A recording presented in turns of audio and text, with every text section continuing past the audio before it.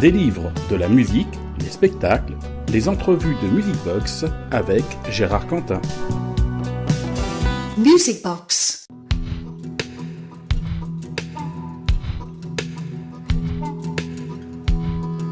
Jean-Raoul Ismaël, bonjour.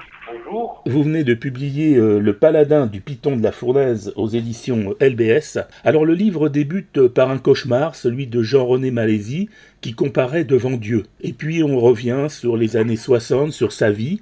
Sa vie, c'est celle d'une famille nombreuse de La Réunion, dans un garage, avec un père qui est craint mais courageux, une maman qui est très présente avec autour de ses enfants. Jean-René, lui, semble pas très doué pour les études, il pense à d'autres choses, il a des rêves, des lectures, La Fontaine par exemple, et puis le foot. Et comme il est plutôt mignon, il plaît aux filles, mais son éducation religieuse l'empêche, je dirais, d'aller un peu plus loin que peut-être certains de ses camarades. Et c'est pourtant une femme, une rencontre qui va décider de sa vie.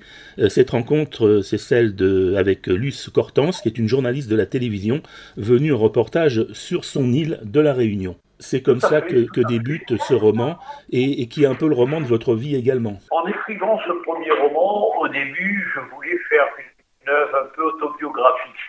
Et après, mon imagination aidant, je me suis orienté plutôt vers un roman qui s'inspire beaucoup de ma vie. Jean-René Malaisie n'est autre que Jean-Raoul Ismaël. D'ailleurs, comme je le dis souvent, la rencontre avec la journaliste qui était venue à La Réunion alors que je n'ai que 18 ans a fait modestement basculer ma vie en destin. Cette journaliste va se prendre d'abord en amitié avec ce jeune homme. Ils vont parler littérature, ils vont parler d'art, et puis à un moment, bien évidemment, il va falloir qu'elle reparte en métropole. Mais lui, il est accroché, on va dire. Hein.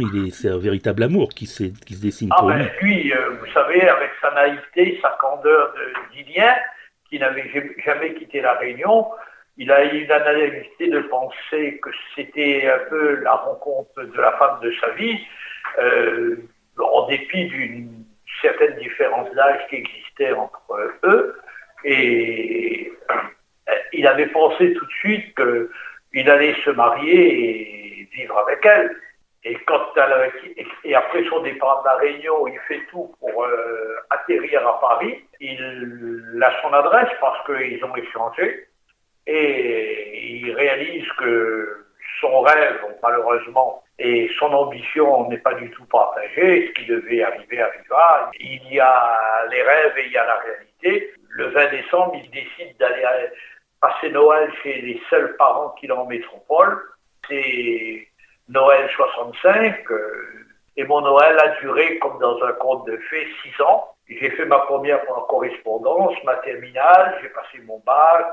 Une année de transition où j'ai glandé et 2 années de droit, à l'issue desquelles je suis reparti à La Réunion pour satisfaire à mes obligations militaires et je suis revenu à Paris, je suis rentré dans une banque et ma carrière professionnelle de professionnel de l'immobilier, bien sûr, a commencé dans les années 75-76. Et là, c'est une ascension assez fulgurante et une belle réussite, parce qu'au départ, vous étiez monté, je dis vous, Jean-René ou Jean-Raoul, vous étiez monté à Paris avec le prétexte, non pas évidemment par rapport à la famille, de dire que vous alliez retrouver cette femme qui ne faisait pas l'unanimité autour de vous, mais pour apprendre un métier. Mais vous avez complètement bifurqué, pas question d'envisager de devenir, on va dire, un ouvrier, même si c'est pas péjoratif, mais de réussir sa vie quand même et de ne pas revenir à La Réunion comme ça, en ayant avoir un sentiment de trahison ou de ne pas avoir réussi. Ou d'échec, bien sûr, bien sûr. Après, c'est là où, comme pour reprendre l'expression d'une de mes avocates,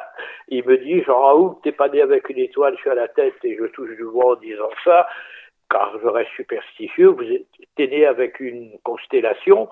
Et là, après, ma première rencontre qui fait basculer ma vie et quitter La Réunion, je rencontre le fils d'un banquier professionnel de l'immobilier. Très rapidement, nous arrivons à trouver des moyens de financement.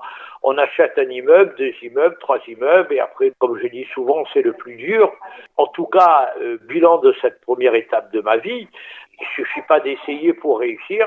Mais si on tente pas le diable et on n'entreprend pas, on est certain de vivoter. C'est ce que je voudrais faire passer comme message. Tout est possible À partir du moment de deux choses une, vous avez de la chance ou vous n'en avez pas. Si vous n'en avez pas, il faut faire 2 fois plus d'efforts. Alors justement, 2 fois plus d'efforts.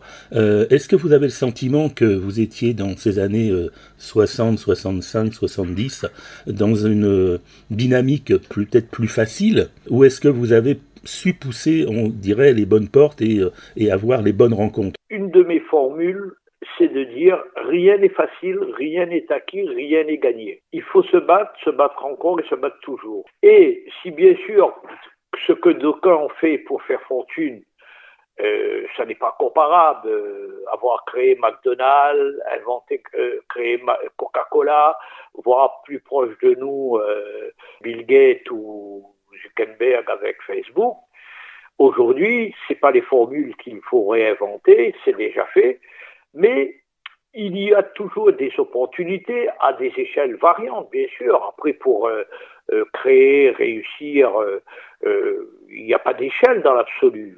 Il y a des exceptions, il y a des êtres surdoués, mais il y a toujours des opportunités. Il suffit juste de les trouver et de s'y investir, mais corps et âme. Rien de singulier ne se fait si vous ne vous investissez pas 14-15 heures par jour et 5-6 jours par semaine. Oui, donc, parce que votre personnage, comme vous, c'est un bourreau de travail. Voilà, absolument, absolument. Et il y en a qui sont addicts d'alcool, de drogue, etc. Et merci mon Dieu, moi je ne suis qu'un addict de mon métier avec, j'insiste, des problèmes, des aléas, des contretemps. Et la formule « la vie n'est pas un long fleuve tranquille » s'adresse totalement à l'entreprise. J'ai retrouvé d'ailleurs dans un numéro d'Entreprendre des années 90 de la rubrique Patron Roche, Patron Baisse. Et d'ailleurs, j'ai appelé le journaliste Robert Laffont pour rigoler. Patron Jean-Raoul Ismaël, patron Bess Arnaud. Je lui dis, j'aurais préféré être patron Bess ces années-là, avoir la fortune d'Arnaud et réciproquement. Parce que Arnaud avait acheté un groupe de champagne qui était compliqué. Et moi, j'avais créé Airbnb ces années-là, avec tour opérateur, agence de voyage, pour faire du meublé professionnel à Paris. Et ça avait connu un certain succès. Et donc, j'ai eu droit, avec les excès, pas de tous, mais de certains journalistes, patron Jean-Raoul Ismaël, ça m'a fait sourire. Patron Bess, surtout à Rambo. Alors, il y a un moment aussi où la richesse, le luxe, etc., cette facilité de la vie, pour votre personnage, comme probablement pour vous, ne lui fait pas tourner la tête, parce qu'il est toujours, je dirais, les yeux tournés vers l'avenir. Il est conscient que les choses peuvent s'arrêter du jour au lendemain. Alors, je le dis, et ça, je dirais, c'est peut-être même ma force, l'argent n'est pas une fin en soi pour moi, c'est un moyen. C'est un moyen d'être libre. C'est un moyen de pouvoir dire ce qu'on pense à qui on en a envie. Ça n'est jamais une fin en soi. Sinon, qu'est-ce que c'est triste, on n'en a jamais assez, on court après. Et j'avoue que au quotidien, je remets en jeu, quotidiennement, même à 75 ans, en avril, je remets tout en jeu régulièrement. C'est plus ce jeu intellectuel, je dirais même cette forme de sport intellectuel qui est ma véritable passion. Accumuler, vous savez, comme disent certains, on ne mange que jamais un petit-déj et une fois par jour, et si on fait des excès, on le paye au point de vue santé. J'ai la chance ou la malchance de ne pas boire d'alcool, donc, comment dirais-je, vous avez satisfait vos obligations matérielles quotidiennes, que faire avec l'argent? Et aujourd'hui, j'espère pouvoir encore avoir quelques années pour rendre aux autres ce qui m'a été donné. C'est aussi un des messages du livre, c'est-à-dire on reçoit, mais on donne aussi. Et ben, j'espère surtout pouvoir le faire de façon plus significative que ce que j'ai fait. En tout cas, cette partie de ma vie doit garder toute la discrétion nécessaire. Dans ce livre, il y a quelque chose aussi que le personnage principal, que vous gardez de cette rencontre avec Luce, même si la page est tournée, c'est cette passion pour la culture et les arts. Alors, évidemment, quand à 18 ans, je rencontre cette fille, il n'y a pas de bibliothèque chez moi. Mes parents, mon père garagiste a quitté l'école en 5e, ma maman, femme au foyer, a quitté l'école en 4e. Et en fait, mes lectures se résument à quelques livres que le lycée nous conseille Et surtout, j'étais à l'époque passionné par les bandes dessinées. Mais j'ai toujours aimé lire Tintin, Spirou, etc. Quand dans des échanges avec cette journaliste qui me demande qu'est-ce que je lis, je le lui dis. Et là, elle m'a dit ce qu'il ne fallait pas me dire. Jean-Raoul, intelligent comme t'es, tu devrais lire la vraie littérature. Et là, elle me donne 3 livres, enfin, elle me donne une liste de livres à lire, dont en tête de liste, il y a Le Rouge et le Noir Stendhal, Julien Sorel, qui, bien sûr, a le destin que nous connaissons tous. Bel Ami, de Maupassant, Le Roi, qui a un bien meilleur destin.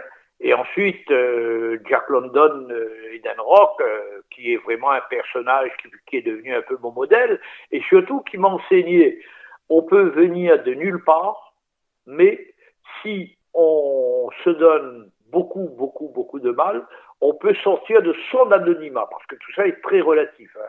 Ne nous emballons pas, tout ça est très relatif. Il y a des personnages exceptionnels, j'arrive même pas à leur cheville. Et quand même, ce goût après, avec ces 3-4 premiers romans, après il y avait bien sûr les classiques, Les Misérables, Les Raisins de la colère, Steinbeck, enfin bref, une dizaine de romans, m'a en fait découvrir la vraie, si tant est c'est, la belle, en tout cas certains, littérature, et je suis devenu un lecteur assidu.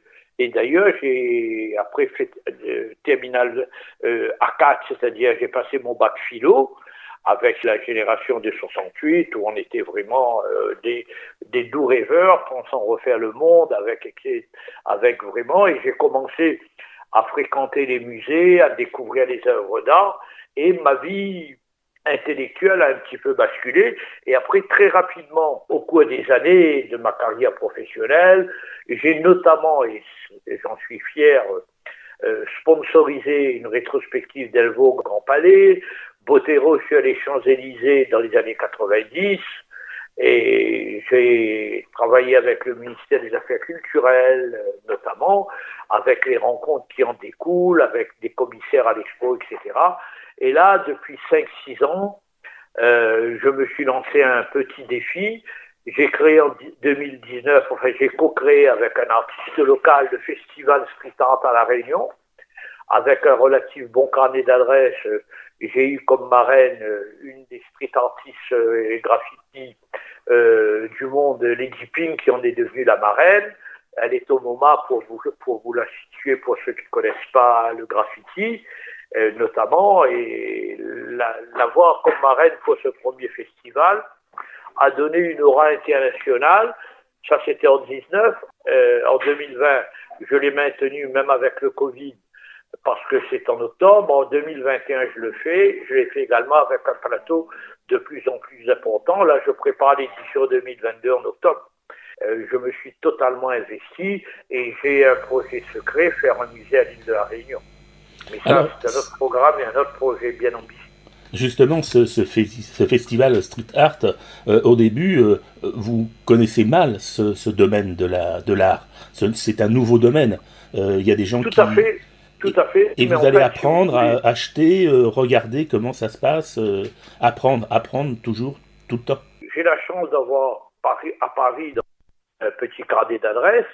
Et quand j'ai commencé à m'intéresser à l'art de façon, je dirais, avec l'ambition de créer ce festival, j'ai appelé une de mes amies qui n'est autre que la présidente de la Fondation Cartier, Sonia Perrin, la fin d'année Dominique, pour me former.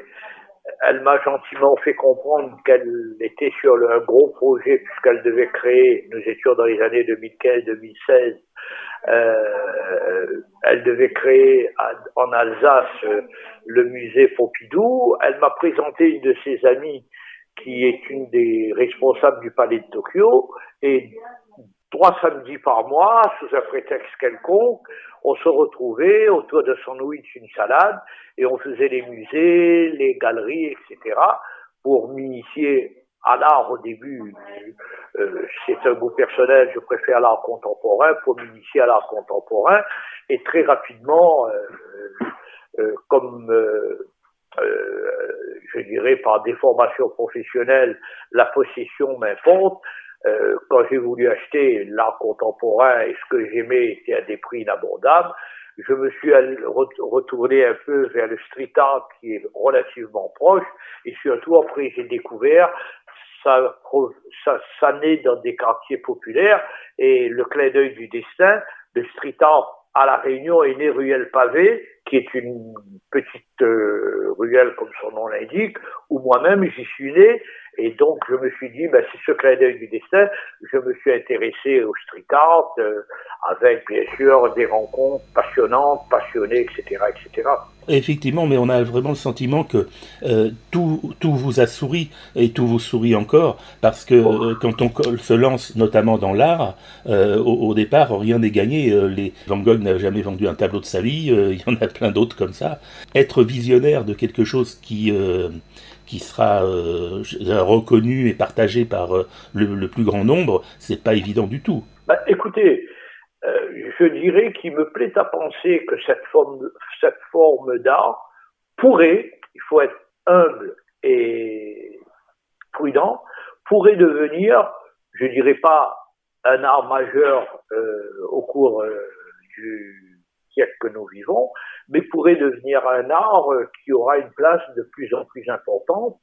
Et il est vrai que quand je commence à m'y intéresser dans les années 2015-2016, ça commence déjà à bouger, quelques artistes sont déjà connus ou reconnus comme tels, ok, mais je dirais ces dernières années, ça semble, il faut rester modeste, prendre de l'ampleur, et je me suis souvenu de mon compatriote Ambroise Vollard, galeriste, marchand d'art, qui à 19 ans, 20 ans débarque à La Réunion pour faire des études, se retrouve à Montparnasse, rencontre les grands maîtres de cette période, Picasso, Degas, etc., etc., commence à les acheter leur œuvre pour 150, 200 francs, qui aujourd'hui sont devenus des pièces majeures de l'art. Et Ambroise Vollard restera un des marchands du XXe siècle les plus importants. Et nous avons un point commun, lui et moi, mais je reste modeste.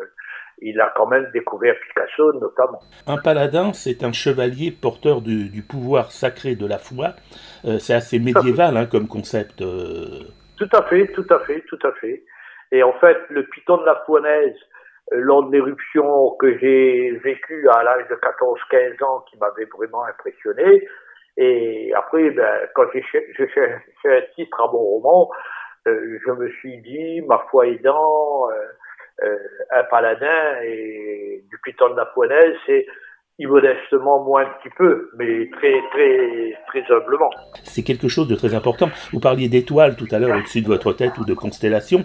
Est-ce qu'il y a autre chose que vous avez au-dessus de la tête lié justement à cette foi catholique Ah, totalement, totalement. Je dirais, sans humour, grâce à Dieu, je suis croyant et j'ai toujours, grâce à ma mère qui m'a mis dans ma tête et dans mon esprit cette foi, j'ai toujours, j'allais dire, assisté à la messe, ok, et je dirais presque la semaine où je ne vais pas à une messe, parce que moi je suis catholique, nul n'est parfait, et donc ma foi est catholique.